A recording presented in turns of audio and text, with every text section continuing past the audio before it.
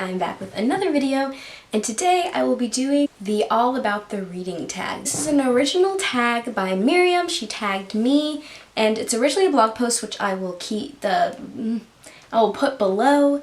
And yeah, I'm really excited because these are some really interesting questions, and I feel like we talk about books a lot, but we don't talk about reading enough. So I'm excited to answer some of these questions, and I'm in a super great mood right now. Today's been a good day. I'm just ready for the whole world.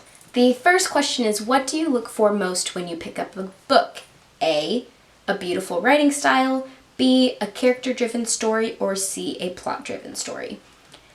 Obviously, if I could have it in a perfect way, I'd have all of those things, but usually the thing that I really look for is a beautifully written story. Like, that's just what's most important to me as a reader and as a writer. I like to read good writing, and I think that's like the most important. If I had to rank them, it would be writing, characters, and then plot. I mean, obviously I want a good plot, but I think characters and writing are extremely important.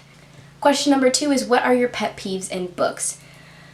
I'm usually not super picky. I can handle most things, like annoying little things. Like, a lot of people don't like insta-love or love triangles. Like, I can usually handle those things pretty easily because they're always in YA.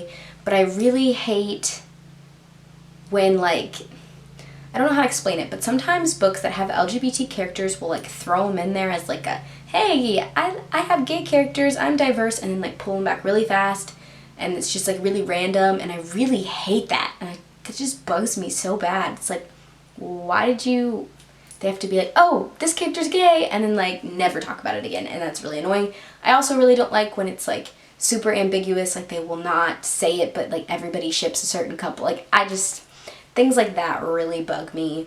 I really hate cynical characters that are just like super just pissed off, and like the reason I really hated Me and Earl and the Dying Girl was because I hated the characters. They were just so annoying, and so I hate that kind of cynical. I don't like grotesque humor. I just don't find that funny. So books that have like super crude humor, I'm not a big fan of. I really don't like that stuff either. If you could print one quote onto your wall from a book, what would it be? And that's pretty much an impossible question to ask me because I am like a quote junkie. That is what I live for. Like, that's just like impossible. Actually, I have some book quotes on my walls right now. I have, "You don't get to choose if you get hurt in this world, but you do have some say in who hurts you." John Gray and the Fault in Our Stars, duh.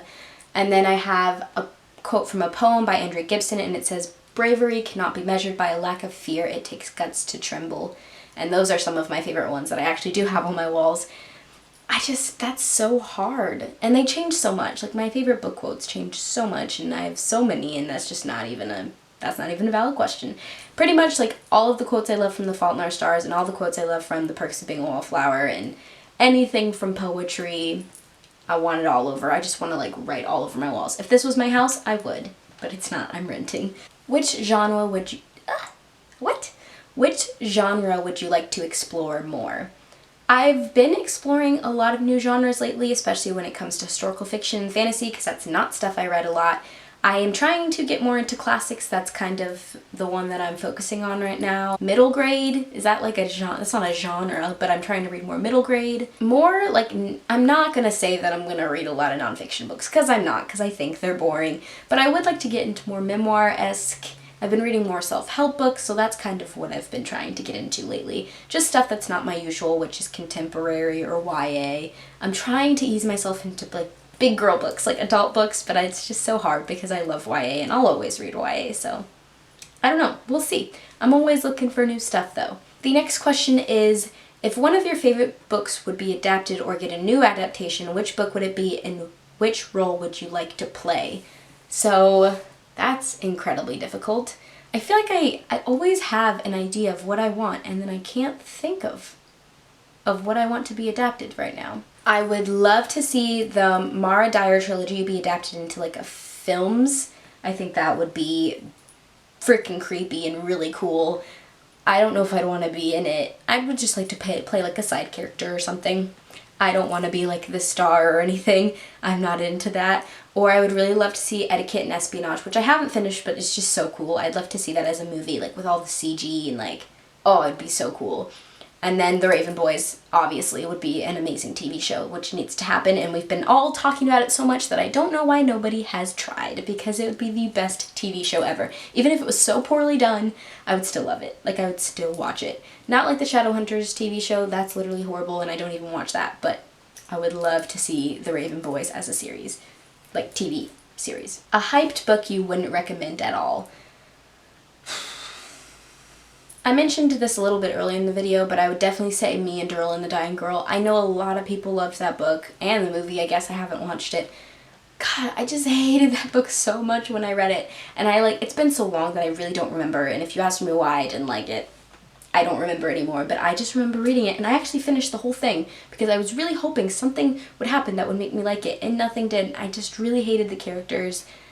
It was like this weird, I got what they were trying to do, but I couldn't get it. I just did not like it at all. And I get that it was supposed to be this, like, cynical, nothing was really supposed to happen, but, like, I don't know, not my thing at all. I did not like that book, and I would not recommend it, even though it was kind of hyped for a little while there. A book that highly influenced your life and your way of thinking.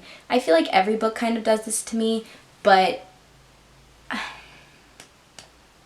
this is hard because I'm going to give really cliche answers, but it's just because these were like the first books that really like threw me into the type of books that I love to read, and that was The Perks of Being a Wallflower and The Fault in Our Stars. And those are really cliche answers, but it's something about those books just did something to me. I've read both of them several times, and I'm not a rereader. The Perks of Being a Wallflower I read as like one of my first coming of age stories that I ever read. I think I was in 8th grade. Read like mostly only fantasy, no love stories, no like coming of age, nothing with any heavy sex, drugs, abuse, nothing intense. And so that book like completely changed everything for me. I remember giving it to every single one of my friends. Everybody highlighted in a different color. My copy of that book is like my baby. If my house was burning down, that's one of the things I would grab because it's just like one of my favorite things in the world. And I mean, I wouldn't say that those two books are some of my favorites right now because I've read so much, but there's something about when I read them that changed my way of thinking and the way that those people wrote, you know? Question 9 is, are you a fan of rereading? Do you do it often? I never reread books, like, ever. I just don't like it very much. I've read The Fault in Our Stars like 7 times, but like I haven't read it in a couple of years, but that was just like, there was a period of time where I didn't want to read anything else except that, so I read it back to back to back to back to back. And then I've read The Perks of Being a Wallflower like every 2 or 3 years just because I forget, and so I want to read it again so I don't forget. But other than that, I have never reread a book. So I always try to. I try to start it and then it just doesn't work for me. Which book title could easily be the book title of your life? That's so hard because I don't know. I keep like looking at one of my bookshelves over there to see like if I can see anything, but it's like my TBR shelf, so obviously none of those are relevant.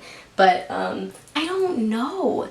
There are so many good titles. Titles are one of like my favorite parts of books, which is weird because they're like the smallest part. God, like there's so many good ones. I'm just gonna say some of my favorite ones. I love I'll Give You the Sun. I love The Perks of Being a Wallflower. I love Paper Towns is one of my favorite book titles. Maybe that one. The Love That Split the World is one of my favorite titles. Everything. I don't know. I just love titles. And I don't know what I would title my life or which title is most relevant to me, but I don't know. I can't tell you. Which book should be required reading for everyone? I would probably say either Frederick Douglass's Slave Narrative, which is a required reading for a lot of stuff, like I've read those only in classes and things like that, or Kavasa de Vega's, the heck is it called? It's his account of when they first discovered American land.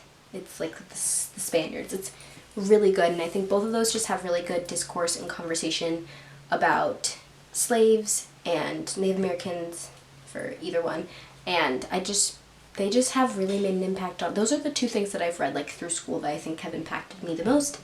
Maybe it's just because they're relevant to me, but I just really enjoyed those two, and I think they're really relevant, and I think can make people think a little bit more about race and prejudice and stuff like that. I'm trying to think of any more, like more YA ones that I think I would suggest, but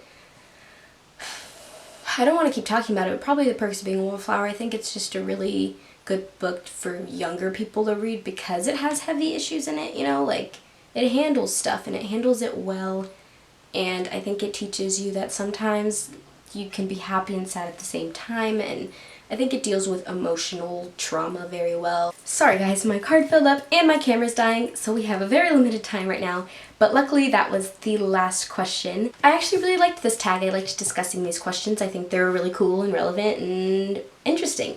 So definitely do that. I will tag some people below.